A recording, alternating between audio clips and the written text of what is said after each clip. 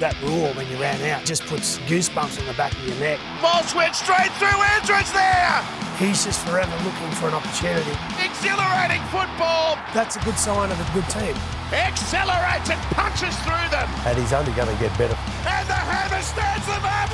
And Queensland going to do it again!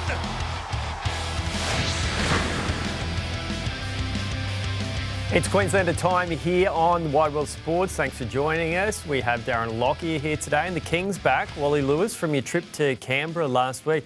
Very important trip, talking to politicians, the federal government about dementia research and trying to secure some funding. Was it a success? Yeah, I think so, Adam. You know, the end figure has been argued about by several people since our return, and really I don't think you can ever have enough money to take care of people in positions. Memory issues seem to be occurring with almost monotonous regularity. I've had a fair few calls from guys. Corey Parker, I spoke to him the other day, and there are also a couple of guys that are just saying, look, I don't think I'm in that club yet, but I'm just having some problems recalling several things. So as long as the players are well aware that they've got to make it well known to the medical staff that they're dealing with and get the best possible treatment. That's basically what we're after. It can be a little bit embarrassing when I know I've asked you the same question 3 or 4 times on occasions and seen that look on your face, and I said, I've asked that question, haven't I? And you've gone, yeah, just a few times. So, but anyway, we're all dealing with it in the same way possible, and if we can deal with it and feel quite comfortable with our lives, we'll get on with it. I was reading some of the information you presented to the National Press Club. Dementia is the second leading cause of death in Australia. That amazed me. People don't realise that? No, they certainly don't. And I can recall one person said, "Oh, is that a misprint?" And I said there'll probably be quite a number of people that will suggest it is a misprint, but it's certainly not. And one that was particularly disturbing. And you know, when I was first fed that information, I think the intentions were to take it much more seriously than I originally would have. And just finally on that topic, how are you going? Because so many people ask us, how's Wally going? You're actually doing quite well. Yeah, I'm feeling okay, mate. There's, you know, you don't seek sympathy, but I've seen the look on people's faces, and my automatic response to that is, have I already said that? And you watch them go, yeah, 4 or 5 times, and it's a bit of embarrassment, but you just want to get on with life. So it's, you know, there's many more people that have been dealing with much more serious injuries and illnesses than that. So I've had a good time. It's been fun along the way. And we very much applaud you for what you're doing. It's a great initiative. And now turning back to the footy side of things with the Broncos, they're going quite well at the moment too. Lockie, we always talk about premiership windows. Are they right in the middle of a premiership window? Like, is it very important for them to snag a premiership this year? Yeah, look, I think I've sort of said before that while Adam Reynolds is there, I think there is a premiership window. You've got some great players, you know, like you're the best front rower in the game in Payne Haas. You've got Reece Walsh, you've got so much strike, Selwyn Cobbo. He's the key at the moment, you know, to getting them around the park. And so I think while he's there and he's fit, yeah, there was a great opportunity for the Broncos to win a title. I thought it was quite amusing at the end of the game, though, Lockie, watching their 2 key players, fullback and halfback, just couldn't get across the field. They were walking, pulled up. There was another cramp. The other leg went, and it was almost humorous at a stage. But we were just talking about it before. We got it, like, just. You'd think by round 7 it was, and, you know, you're at Campbelltown in April, end of April. It's not that hot, you know. They're still cramping up. So surely there's something out there to hydrate, boys. Get yourself hydrated. Yeah, and the story was, you know, in days, well, certainly in my days, we used to have salt before a game. We were informed that your body was short of salt, so they took that, and I think a lot of the blokes used to say it to the doctors, "That's right, is it?" And the doctors used to raise their eyebrows. So I'm not really sure about that, but all the players felt good about taking it, and most of them used to say, "I've never had a cramp." So if they've got that behind them, I suppose there is authority for that particular claim. Look, we're laughing about it now, but like you could be in a big game and a player has got no ability to function 100% properly because of a cramp. Yeah. It could cost you a big game. Oh, definitely. And we're coming up to the State of Origin period as well, even more fatigue in those games. But, Lockie, that's always been a difficult period for the Broncos to navigate. How do they have to come together after that Origin period in order to have the best shot at winning the trophy this year? Look, I think last year, and I think a lot of years, the teams that do well at the back end of the year, they've got a lot of rep players in their squad, but they've had no, ladder pressure. So they've been able to rest their players. So I think it's about coming out of the Origin period fit and healthy and freshened up mentally. And if you don't have to chase 2 points every week, Kevy or any coach has the ability to rest some of their players, and that'll be the key. So for me, obviously, executing their football, playing well, and then giving those guys that have played a lot of Origin the ability to freshen up mentally. Yeah, and for some clubs, that bye comes in, it can never be more timely. Where it comes in, gives the players a week off, and if they get another opportunity to make sure that they're in the best physical shape possible, they'll get their run into the finals at perfect time. Do you get there's the sense of belief now in that Broncos group that they can get it done after coming so close last year? Yeah, look, I think the sense of belief was there at the back end of last year, even before the grand final. They had the chemistry, they were playing the footy, and they were putting good teams away at ease. Obviously they just sort of fell at the last hurdle in the last 20 minutes of the grand final. But that doesn't mean it takes their belief away. That's still there, and I think the last fortnight, they've had a few key players missing, and they've still looked dominant. Yeah, I think you've hit the nail on the head perfectly, Lockie. A couple of key players not being there yet, their authority has been still there on the field, and when they get the big boys back and their strike players, that's certainly something that's going to increase their confidence level. Yeah, they've surprised me too, their ability to win under strength. They do get an extra addition to their forward pack now. Darren Lockyer, Jack Gajewski has come down from the North Queensland Cowboys. The thinking behind that? Oh, you got Jordan Ricky and Brendan Purecura. They're still young kids. Kurt Capewell went to the Warriors. That's more about just creating a bit more depth in the back rower, in the edge back rower position. Jaden Hunt come in and he filled in well, but I think getting an experienced player like Jack, who's 29, he's a strong runner of the football, good defender, and he's tough and he's a competitor. So I think he's definitely going to complement the squad, and he'll help some of those young edge back rowers. And he can kind of fill a gap on the bench of not just back row, maybe centre if she has to as a pinch if someone gets injured. Think it's highly valuable when you can play back row and centre, because if you get an injury to an outside back, you can just shift someone like him to the centre. So I think he's a good person, and that's probably the main thing you look when you're recruiting players, but he's got the ability to play multiple positions, and I think he'd be good for us. And the challenge for the Broncos this week, huge class, a rematch of their grudge match in Vegas, is happening at Suncorp Stadium on Friday night against the Roosters. We'll get to see Sam Walker in action in that one, while fresh off his man of the match performance in Anzac Day for the Roosters. Is he closing the gap on Tom Dearden now for Queensland's best next halfback, I guess you'd call it? Are they neck and neck in your books? Yeah, certainly are, and it really does offer a wonderful opportunity for both of them to be given special reasons to produce their best when playing against each other. So it'll be quite good. Tommy Dearden, he's had a wobbly, without being insulting to him, last couple of weeks. I think he's probably hasn't produced his best, but he's about to. He times his performances pretty well, and he's had a couple of mistakes come into his game. But after speaking to him on one occasion, he's just a guy that wants to be at his best every single game, and the intentions will be there to make sure he produces that. Yeah, I think for Sam, like before he had his rest, like he had a couple of weeks off. Yeah. Like before that, he was struggling. Like I think he must have been playing injured because he wasn't nowhere near as effective as what he could be or can be.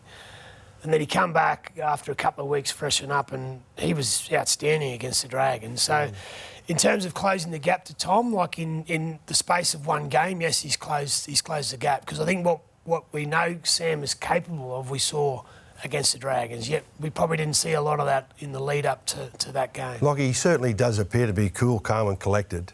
He's got time, he's got space, and he's working with blokes that do have bigger names around him, but he fits the part absolutely perfectly.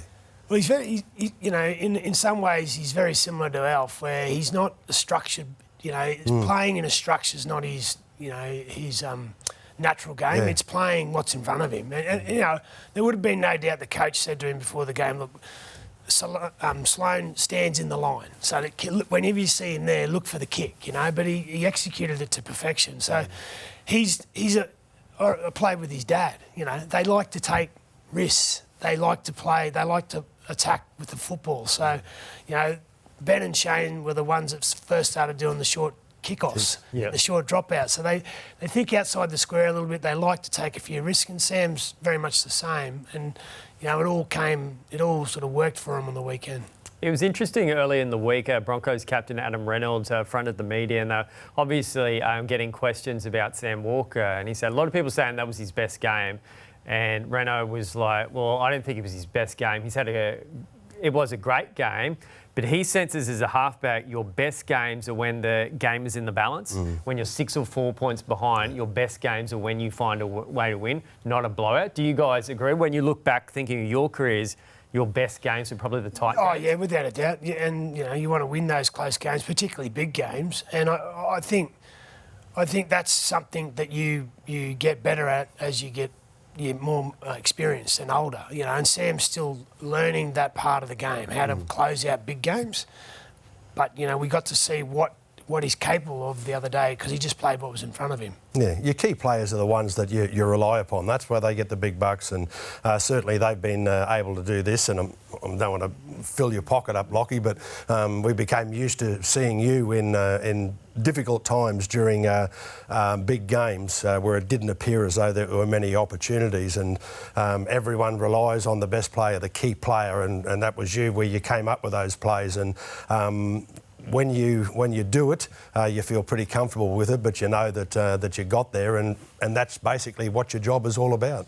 While you're there, and to see these guys, they're only relatively younger men, so they're certainly going to carry that responsibility. But I often believe that responsibility is one of the best forms of inspiration that you can have on a footy field. It'll make you perform at a level that you get paid for, and you're expected to do week after week. Yeah, I remember as a kid watching a lot of State of Origin, and there was a guy who used to demand the football when the game was in the balance, and he knew how to close the game out. So I remember watching and learning. Yeah. Well, the way it stands at the moment, Sam Walker is off contract at the end of next season, so rival clubs can potentially negotiate with him from November. Adam Reynolds leaving the Broncos, perfect timing. Would you expect that to pop up, maybe be an issue? Look, I think Sam's been on record to say he's happy at the Roosters. I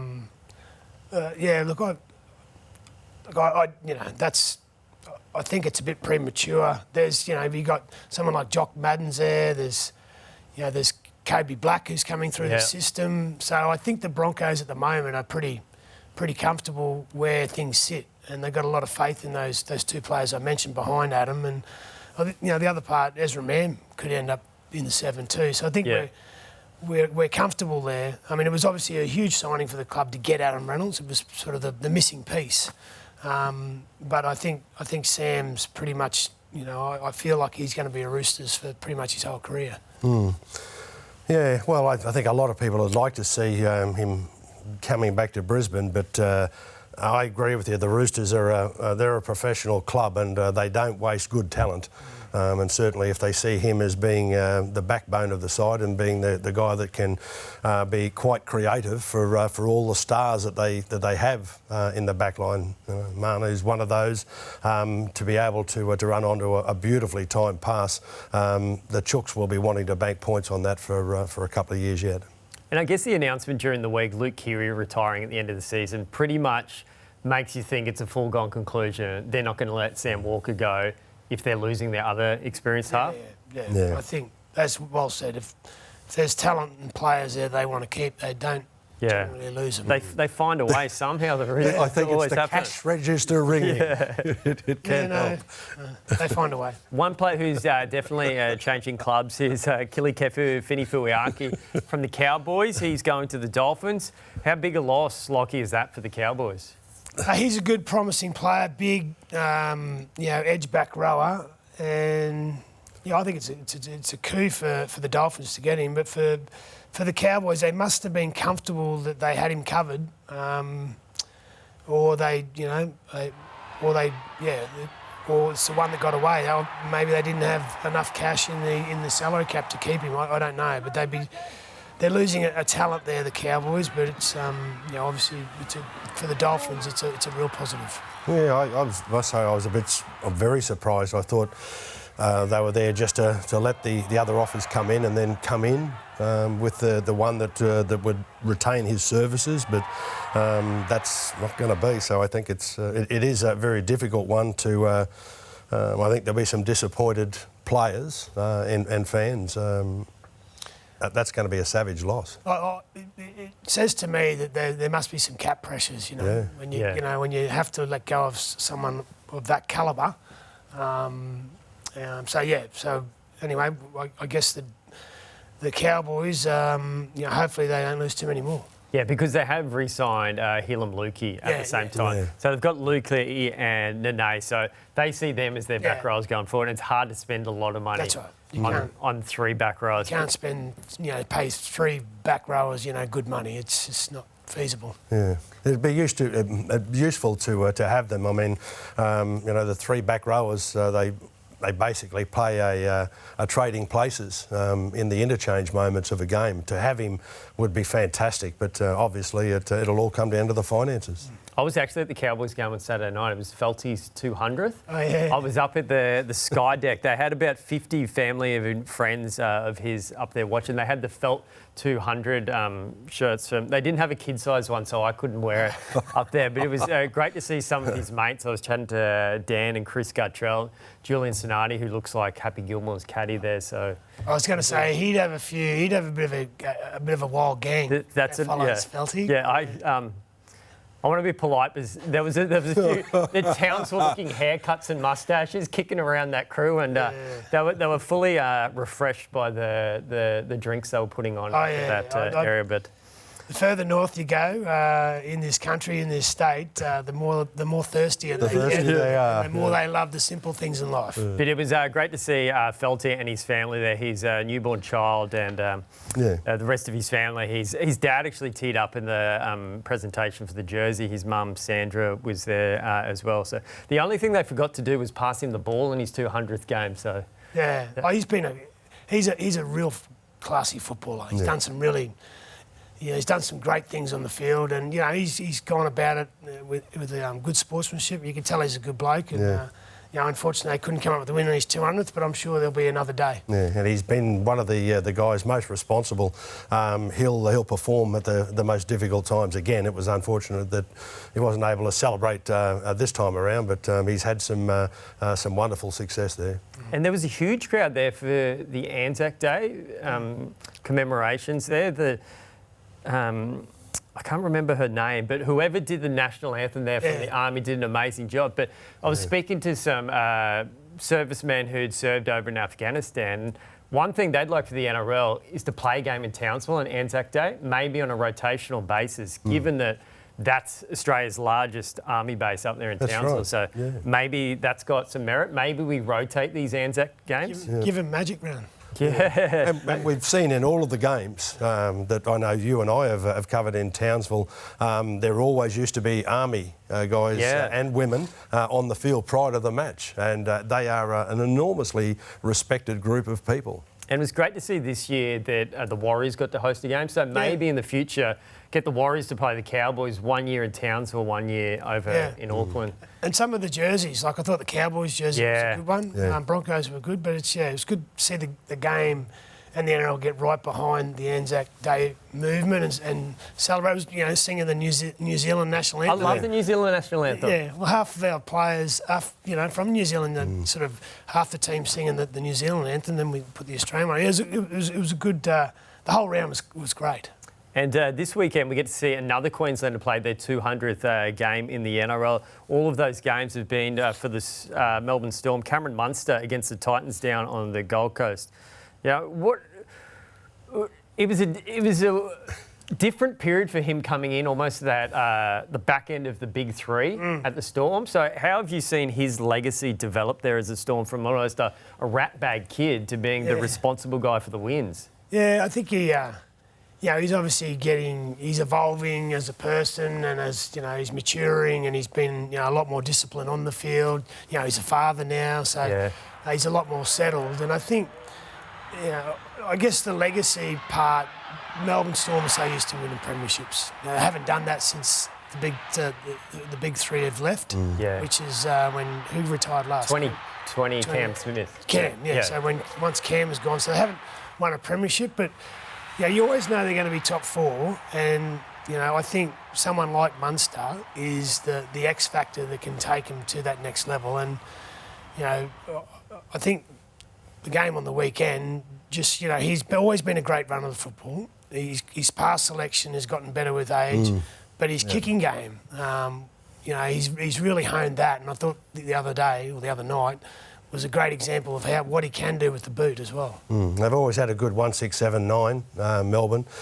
There were quite a few people that were suggesting that perhaps this wasn't going to be a successful year for Melbourne, but they've forgotten to tell the guys in those different positions positions this year. Munster, he just appears to be cool, calm and collected, extra. This time around, he knows he's got the ability, the timing. The structure of his game is fantastic, and the support that he gets from the players that obviously respect his ability so much. And I'd say that Craig Bellamy would have had them training long into the night or late in the afternoon on a number of occasions to show some of the younger players.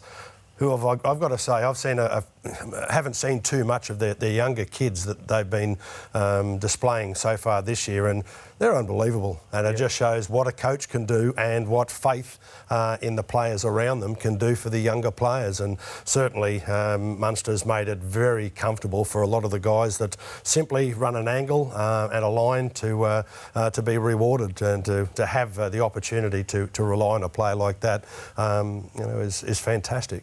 He missed quite a few games at the start of the season too, Lockie. So that Anzac Day performance a month out from Origin, how much is that a big tick for the Maroon selectors to know he's over that injury? Yeah, I think, it gives him a lot of confidence too, that, because the way he played the other night, he did control the game, and I think that's obviously when you go into an Origin arena, you want to have that confidence and the ability in yourself to kick well, pass well, defend well, and just make good decisions. He did that the other night, so that was really good. He just looks fit, he looks healthy, he looks happy. So, all we can do is keep our fingers crossed that he's in the same sort of physical, mental mindset, in about 4 weeks' time. Yeah, there's no doubt he will be one of the most important men for Queensland, and I agree with you, Lockie. He's missed a couple of games early. To see that he's getting better and better each week certainly does promise very good things for Queensland, as long as the players around him are are playing just as well as he is. Do you expect the spine to remain the same for the Maroons this year, Wal? So, like, looks as though at this stage, Reece Walsh will be the fullback, Munster, DCE in the halves, with that hooker rotation be either Ben Hunt or Harry Grant. No reason to change? Well, that seems like it's quite an obvious selector. Perhaps we could get a little bit of a hint from one chap in particular, but all I'm hoping is all those guys are fit and healthy. Yeah. They don't like. If they are, it certainly will make it quite a comfortable selection process. But I think the what's been fantastic for Munster has been he certainly won't be at a period where he's almost halfway through the season and he's feeling a little bit knocked around. He looks fresh. Yeah. He looks like he's ready to go. You don't like talking about it, do you, for the injury curse, Lockie? But Touch a bit of wood. If the game happened tomorrow, like, there's no reason to change that spine? Look, I think Billy, they won the series last year with that combination. I know Reece got rubbed out and Kalen came in and he did a good job. But, yeah, look, I think most people would say that's where it's heading. Yeah. But I just hope all of those names you mentioned, that they just, in 4 weeks' time, they're still playing and they're healthy. It says on our run sheet too, what will your lasting memory be of Munster? For me, it was a few years ago in State of Origin camp. A lot of the time with Channel 9 News, we stay at Sanctuary Cove, the same place, which is quite a spread out hotel. And usually the first game, it's a 10-day camp, so they let them have a few beers on the first night. It doesn't get as rowdy as probably back when you two played back in the day. But remember the night after I did the cross, I'm walking back to my room and his room was 2 next to me, and I see this guy coming through the bushes, big bag of Hungry Jacks. He looked quite under the weather after quite a few beers the night before. We're walking back. He looked at me, looked back at him and the media. And then we started talking about who has the best chips. Because, Hungry Jacks chips used to never be that good and they're a bit thicker and fatter. And I remember he decided KFC was his go-to chip. Where I said Red Rooster chips are kind of underrated if you get them nice and crisp. So that's my memory of Munster. Yeah, I'd probably...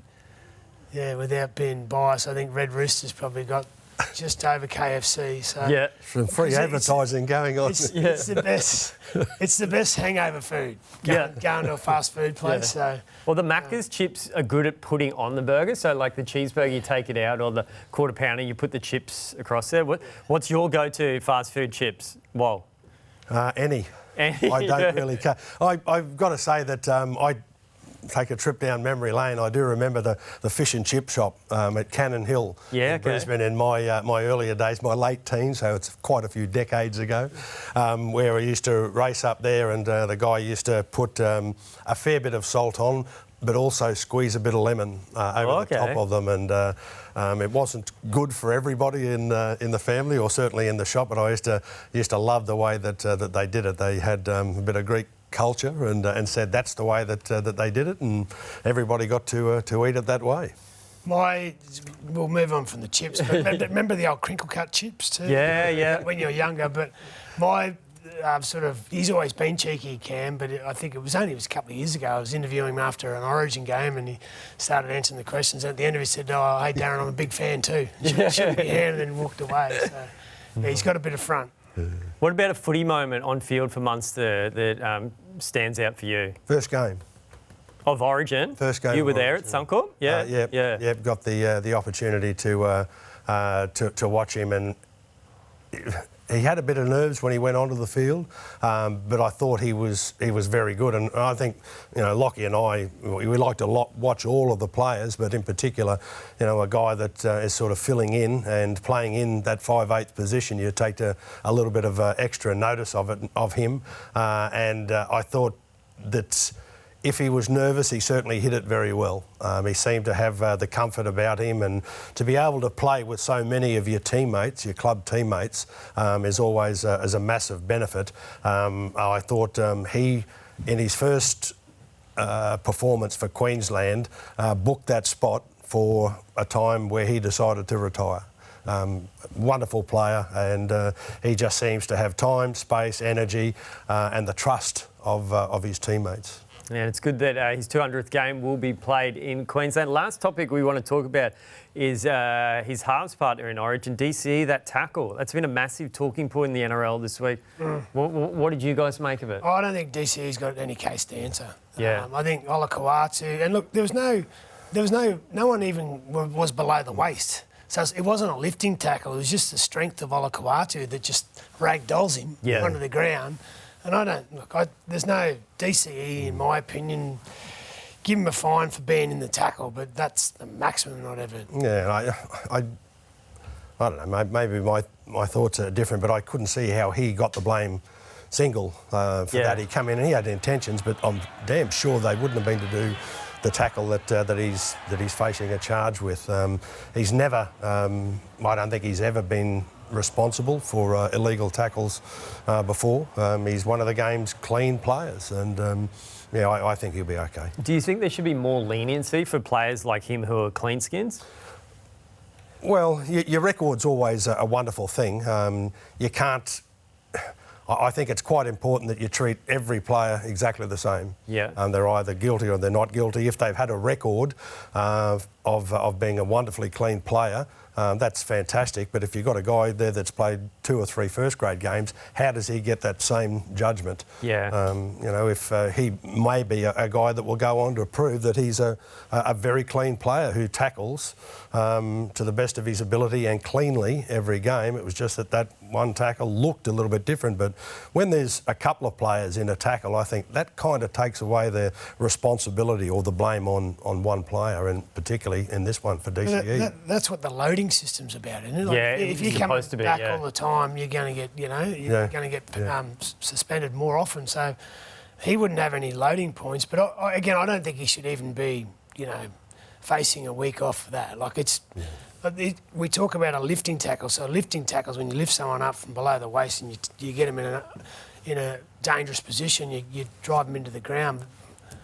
For me, it just looked like Olakau'atu grabbed a tackle bag and just flung it to the ground. So I get, we don't want to have, people landing on their heads or necks. I get that, but I just don't think DCE has any case to answer. And it's a bit hard because he's almost obscured because he's on the top part of the tackle and the player turns around, so he doesn't really know what's going on. So, hopefully common sense prevails there. But stay tuned to Wide World of Sports. A couple of big games for the Queenslanders this week. Friday night at Suncorp Stadium, huge crowd. The Broncos up against the Roosters, and also up in Townsville, the Cowboys and the Dolphins, a crucial game for both of their top 8 aspirations. We'll catch you again next week here on Queenslander. This year, NRL on 9 is your one-stop shop for all footy. That's right, Freddie. Not about the highlights, action, 7 days a week. Billy and Gus podcast, get that on your drive on the way home. Immortal Behaviour, grab a seat on the couch for that. And of course, my favourite, Freddie and the Own.